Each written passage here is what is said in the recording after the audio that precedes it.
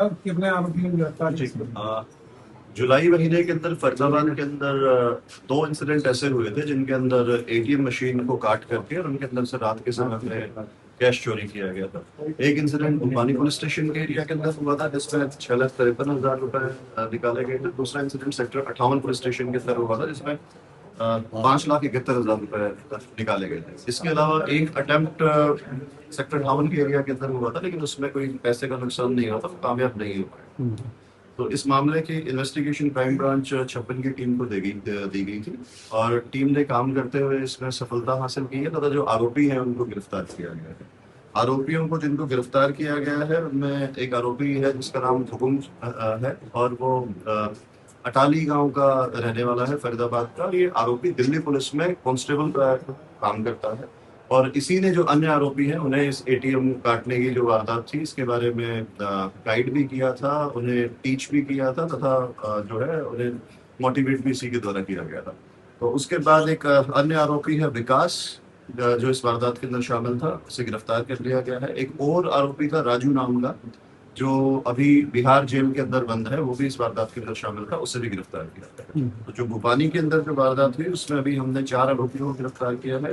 हुकुम जो कांस्टेबल है, एक हुकुम का भतीजा है अरविंद, उसे गिरफ्तार किया गया है तथा विकास तीसरा आरोपी है जिसको गिरफ्तार किया गया है। एक अन्य आरोपी राजू बिहार जेल के अंदर बंद है जिसे भी गिरफ्तार करके आगे की कार्रवाई की जाएगी। आरोपियों को अभी माननीय न्यायालय में पेश करके इनका पुलिस रिमांड दिया जाएगा। रिमांड के दौरान जो है वो रिकवरी की जाएगी। तो इसी भी साहब जो दिल्ली का जो कांस्टेबल है इसके संपर्क में वो कैसे आए जो आरोपी जो और बयान के हैं?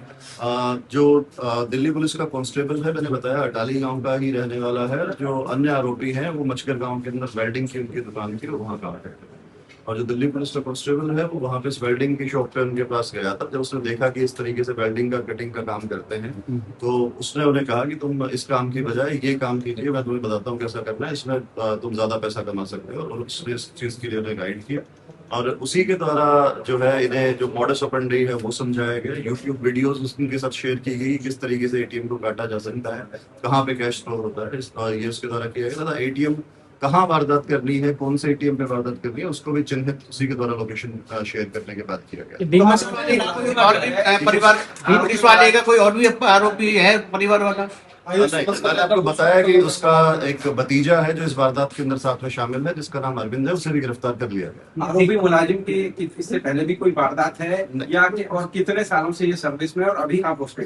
ये दिल्ली के साउथ वेस्ट डिस्ट्रिक्ट में बिजवासन के एरिया के अंदर एक पीसीआर के ऊपर तैनात था और 2016 से पुलिस विभाग के अंदर है। अभी इसका कोई पुराना ऐसा क्रिमिनल केस जो है वो सामने नहीं है। ड्यूरिंग रिमांड हम इस चीज के बारे में पूछताछ। मास्टरमाइंड यही था पूरे मामले का? जी, मैंने आपको बताया कि इसी ने उन्हें जो अन्य आरोपी हैं उन्हें ये आइडिया दिया और इस बारे में आगे उनको गाइड दी। सर ये रात के समय में काटे गए और इन दोनों एटीएम के ऊपर भी जो गार्ड्स जो थे वो नहीं तैनात थे और आरोपी जो हुक्म है उसी के द्वारा जो है चिन्हित किए गए थे कि जो वारदात है वो कहाँ की जाएगी। दिल्ली पुलिस ने मुलाजिम क्या सभी पहले रैकी करता था फिर बताता था या उनके द्वारा रैकी करवाता था? नहीं, मैंने आपको बताया कि जो दिल्ली पुलिस का कांस्टेबल हुकुम है उसी ने ही चिन्हित किया था कि किस एटीएम पे वारदात कर रही है। लोकेशन भी उसके द्वारा शेयर की गई थी और फुटेजेस भी बना करके जो आरोपी है उनके पास भेजी गई थी। वारदात करते वक्त वो साथ में शामिल नहीं था लेकिन उस पूरे जो घटना के बैकग्राउंड में प्लानिंग के अंदर शामिल। एटीएम को काट कर कहाँ ले गए?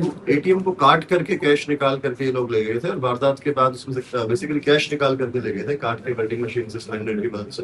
और वारदात के बाद ये बिहार के बेसिकली रहने वाले हैं, वहाँ चले गए थे और क्राइम टीम लगातार उसके ऊपर काम कर रही थी काफी दिनों से और कई 100 कैमरों को देखने के बाद टेक्निकल सर्विलेंस के बाद और हमें इसके अंदर जो है तीनों वारदातों में सर सेम टीम है या सेम काम करते थे के साथ? जैसा मैंने बताया जो पहली वारदात है उसके अंदर जो दिल्ली पुलिस का कांस्टेबल था वो उनको करवाने के अंदर शामिल था। लेकिन पहली वारदात के बाद इन लोगों ने जब उसके अंदर सफलता मिली तो इन्होंने उससे बताए बिना दूसरी वारदात कर दिया। जो विकास आरोपी ने मुख्य गिरफ्तार किया गया है जो बिहार का रहने वाला है।